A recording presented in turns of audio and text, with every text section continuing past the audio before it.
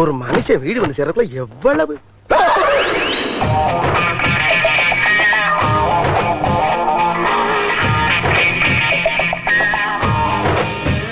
இதான உன் வீடு?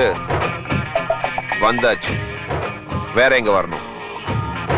வேற எங்கடா வரணும்? வேற வரத்துக்கு இடமே இல்லப்பா. இதாப்பா எட்டு எப்ப ஒரு பேச்சுக்கு அங்க வாங்க வான்னா உடனே சொன்னதுக்கலாம். சரி வந்து பீதிய கிளப்பலாம். என்னப்பா நியாயம்? ஆஜிபதி வர ஆஜிபதி உன் வீட்டுல கூப்பிடலடா, வந்துட்டல.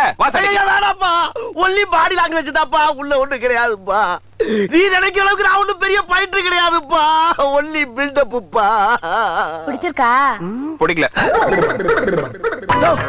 என்ன அந்த பொம்பளை பிடிச்சிருக்காங்க, நீமா பிடிக்கல என்ன? ஆமா, இந்த வீட்டை வாடகைக்கு பார்க்க வந்தேன். வீடு பார்க்க வந்தவனா நீ? ஏய்யோ, இதை ஏன் முதல்ல சொல்லல? ஒரு ஆம்பளை கதறி கதறி அழுதுகிட்டு இருக்கேன், அள வச்சு வடிக்க பாக்குற. சும்மா ஒரு டைம் பாஸ். டைம் பாஸ்ங்க. ஆமாயா, நான் போற இடத்துக்குள்ள நீ வந்து ஏரியா தெரு வீடுன்னு சொல்லிட்டு இருந்த. நான் அதை ஜாலியா எடுத்துட்டு உன் கூடயே டிராவல் பண்ணா இந்த வீடு.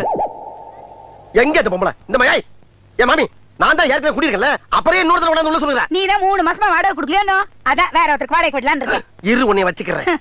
நான் 2 பேரை ஏற்கனவே வச்சிருக்கேன். 2 பேரையா?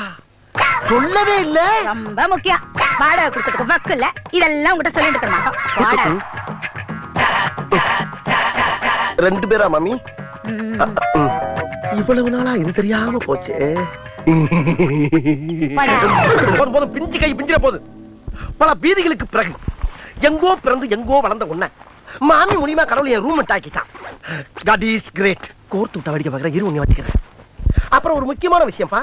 என்ன? இந்த வீட்டுல நீ எங்க வேணாலும் உட்காரலாம், படுக்கலாம், பெறலாம், உருளலாம். அதுக்கு பூரா உனக்கு பிரீடம் தர்றேன். ஆனால் எந்த காரணத்தை கொண்டோ இந்த கதவை திறக்கவோ எதிர்த்த வீட்டை பார்க்கவோ கூடாது. அண்டர்ஸ்டாண்ட்? ஏன்னா இந்த பிறவில நான் தொடர்ந்து வாழணுமா வேணாமாங்கிற முடிவே அந்த பியூட்டி கிட்ட தான் இருக்கு. புரியலையே. சொல்றேன்ப்பா.